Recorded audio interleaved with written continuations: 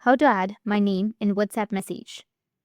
So if you want to add your name in your WhatsApp message, then what you need to do is first you need to open up your WhatsApp application. Make sure that you have a stable internet connection and make sure that you've logged into your account. Now, after opening your WhatsApp, if you want to add your name in your WhatsApp message, then what you need to do is just simply open up your settings on your WhatsApp.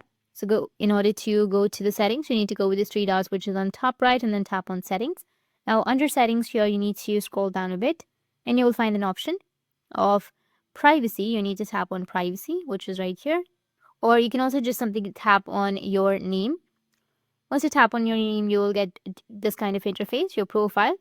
Now, here you will have the edit option. You can tap on edit and then you can edit your name, or you can just simply tap on the name, which is right here. And once you tap on it, you can just remove your name and then add another name. So in this way, you'll be able to add your name in your WhatsApp Messenger. And if you have any questions, feel free to comment below. Thanks for watching.